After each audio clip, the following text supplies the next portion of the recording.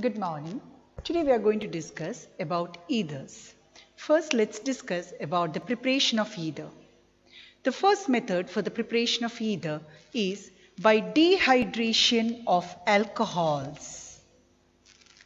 Dehydration of alcohols will give alkene as the product. Dehydration means removal of water from alcohol. And we discussed under preparation of alcohols that from alcohols, water can be removed by adding concentrated sulfuric acid. And we get alkene as the product. Now here, for the preparation of ether, we can use the same method. That is, from alcohols, if you remove water, we will get ether. So by dehydration of alcohols, we have two possible products. One is alkene and the other is ether. But the conditions are different for the formation of alkene and ether. Now, dehydration of alcohols at lower temperature, that is 413 Kelvin, and the dehydrating agent used is concentrated sulfuric acid. We get ether as the product. So, 2 molecules of C2H5OH on treatment with concentrated sulfuric acid at 413 Kelvin will give ether as the product by the removal of water molecule.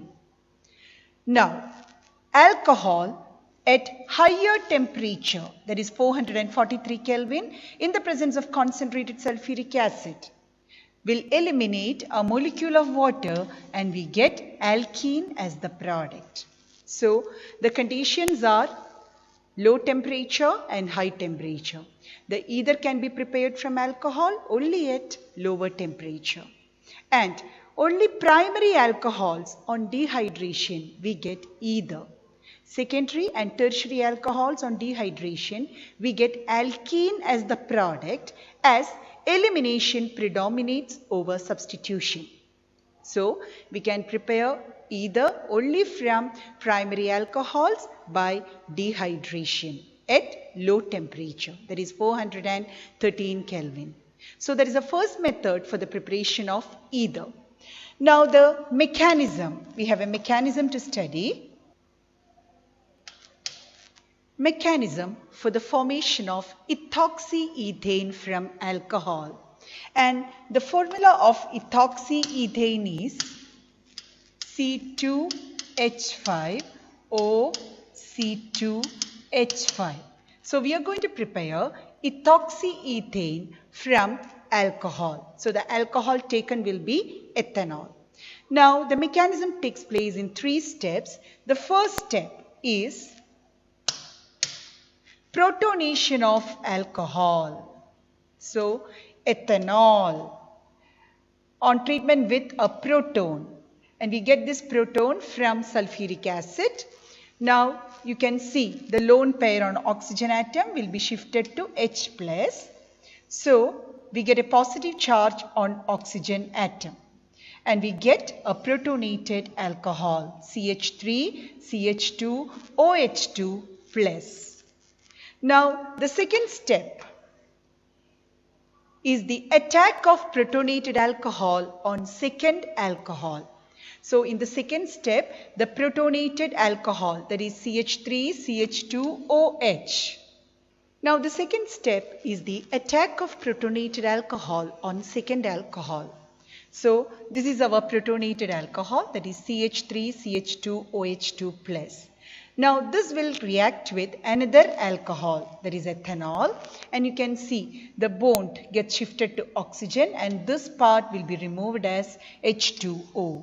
And here the oxygen which carries a lone pair will be taken by CH3CH2 and we get a product like this, CH3CH2 OH CH2CH3 with oxygen atom carrying a positive charge.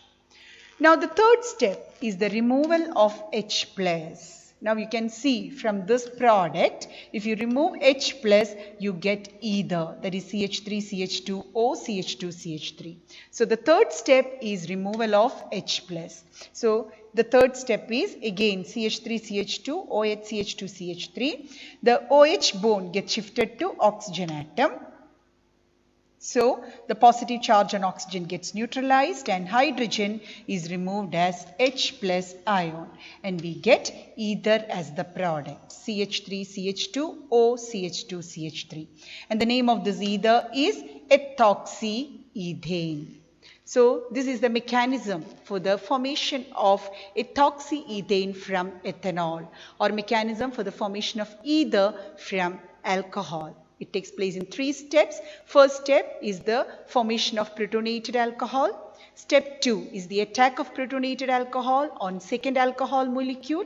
And step 3 is deprotonation to give ether. And the condition is this takes place at lower temperature. And we will get ether only from primary alcohols.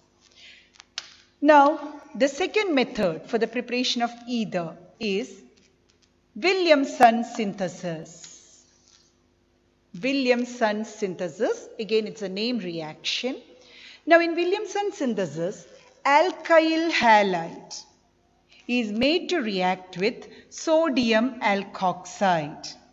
We get ether as the product. So in Williamson synthesis, the reagents used for the preparation of ether is alkyl halide and sodium alkoxide. Now the alkoxide ion is obtained from alcohol. That is, if from alcohol, ROH, if you remove H plus, we get alkoxide ion, that is RO minus. Now when this alkoxide ion combines with a base, we get, like sodium hydroxide, we get sodium alkoxide with formula RONA. This is sodium alkoxide. So the reagents in Williamson synthesis are alkyl halide and sodium alkoxide.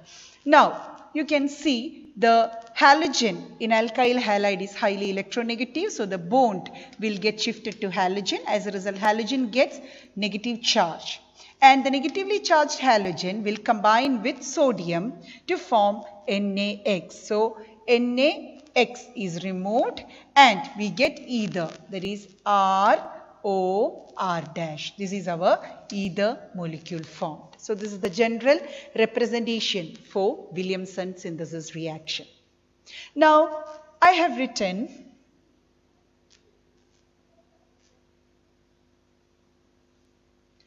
I have written 3 examples for Williamson synthesis.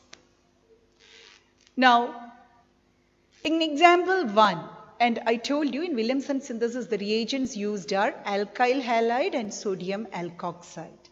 Now in example 1, look at the alkyl halide taken. It's a primary alkyl halide. In example 2, I have taken the alkyl halide again, which is a primary alkyl halide. And in example 3, I have taken an alkyl halide, but it is a tertiary alkyl halide. Why is this a tertiary alkyl halide? Because halogen attached carbon is attached to 3 other carbon atoms. So it's a tertiary alkyl halide. Now, in the first 2 examples, I have taken primary alkyl halide, and in the third example, I have taken a tertiary alkyl halide for Williamson synthesis. And look at the products formed. In the first example, the product formed is an ether. Second example, the product formed is again ether. But in the third example, the product formed is an alkene. Look here, we have C double bond CH2. This is an alkene in the third example. Now, this is because Williamson synthesis involves SN2 mechanism. That is, it involves SN2 attack of alkoxide ion on alkyl halide. And we know in SN2 mechanism, the order of reactivity of alkyl halides or haloalkanes is primary greater than secondary greater than tertiary. So primary alkyl halides will react faster to SN2 mechanism. So with primary alkyl halide, we get ether as the product. Means substitution takes place and we get ether as the product in Williamson synthesis if the alkyl halide is primary. So the first two examples are with a primary alkyl halide. Look at the first example. The first example, C2H5ONA. This is our sodium alkoxide, and the name of this sodium alkoxide is sodium ethoxide because it is C2H5O. So sodium ethoxide plus CH3I. This is a primary alkyl halide. We get the product as ether. Now you know iodine is highly electronegative. The bond shifts to iodine atom, and Na plus will combine with I minus and NaI is formed. Now we get C2H5OCH3, that is our ether. And the name of this ether is methoxyethane. Methoxyethane, because when we discuss the IUPAC name, the lower group will go as alkoxy and the larger group will go as alkane. So the name of this ether is methoxyethane. Now the second example. In second example, I have taken again a primary alkyl halide CH3Br, and the alkoxide taken is a tertiary alkoxide CH3-triCONA. So here again substitution takes place and we get ether as the product, that is CH3-triCOCH3 plus NaBr is obtained as the byproduct. Now in the third example, I have taken a tertiary alkyl halide. This is a tertiary alkyl halide CH3-triCBr plus sodium alkoxide, sodium methoxide. Now in this case, since it's a tertiary alkyl halide, instead of substitution, elimination takes place and we get alkene as the product. And there is one more reason. This alkoxides are strong bases. They are nucleophiles as well as they are strong bases. So we know what is a base. Base means they will easily accept H plus ion. So this alkoxide with tertiary alkyl halide, and we know tertiary alkyl halide is less reactive towards SN2 mechanism. So in the presence of a tertiary alkyl halide, this alkoxide will act as a strong base and it abstracts one H plus ion from tertiary alkyl halide. So you can see I have circled this hydrogen. One hydrogen is taken by the CH3O minus, that is H plus is taken by CH3O minus, and we get one product as alcohol, methanol, and Br minus will combine with Na plus and the other byproduct is NaBr, and you can see since one hydrogen is removed as H plus, we get a double bond at this position. So this is an alkene and the name of this alkene is 2-methyl propene. So in Williamson synthesis, if we use a primary alkyl halide, we get ether as the product. With secondary, I have not written the example with secondary and tertiary alkyl halide, you get alkene as the product, because in tertiary alkyl halide, the tertiary alkyl halide is less reactive towards SN2 mechanism, and also if in the presence of tertiary alkyl halide, the alkoxide ion will act as a strong base. So it can accept H plus ion from tertiary alkyl halide and we get alcohol as well as alkene as the product. Now next is preparation of phenolic ethers by Williamson synthesis. Now phenolic ether means in phenol you replace hydrogen with an alkyl group, we get phenolic ethers. Now in phenolic ethers also, Williamson synthesis, the reagents taken are alkyl halide and sodium alkoxide. So for the preparation of phenolic ethers, we take alkyl halide plus instead of sodium alkoxide, because alkoxide ion is obtained from alcohol. To get phenolic ether, instead of sodium alkoxide, we have to take sodium phenoxide, that is C6H5ONA. Now, I have written one example, that is first is the preparation of sodium phenoxide. How will you get sodium phenoxide? Phenol. On treatment with sodium hydroxide, we get sodium phenoxide. This is our sodium phenoxide, C6H5ONa. Now, this is Williamson synthesis, that is sodium phenoxide formed will combine with alkyl halide. We get this I minus will combine with Na plus to form NaI, and O minus will combine with CH3, we get OCH3.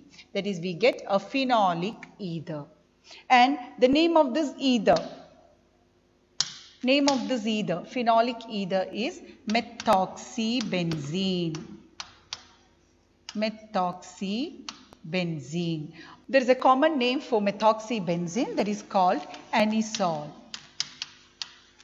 which is also accepted by IUPAC. So, for the preparation of phenolic ethers, we have to take sodium phenoxide plus alkyl halide. And sodium phenoxide is formed from phenol by treatment with sodium hydroxide.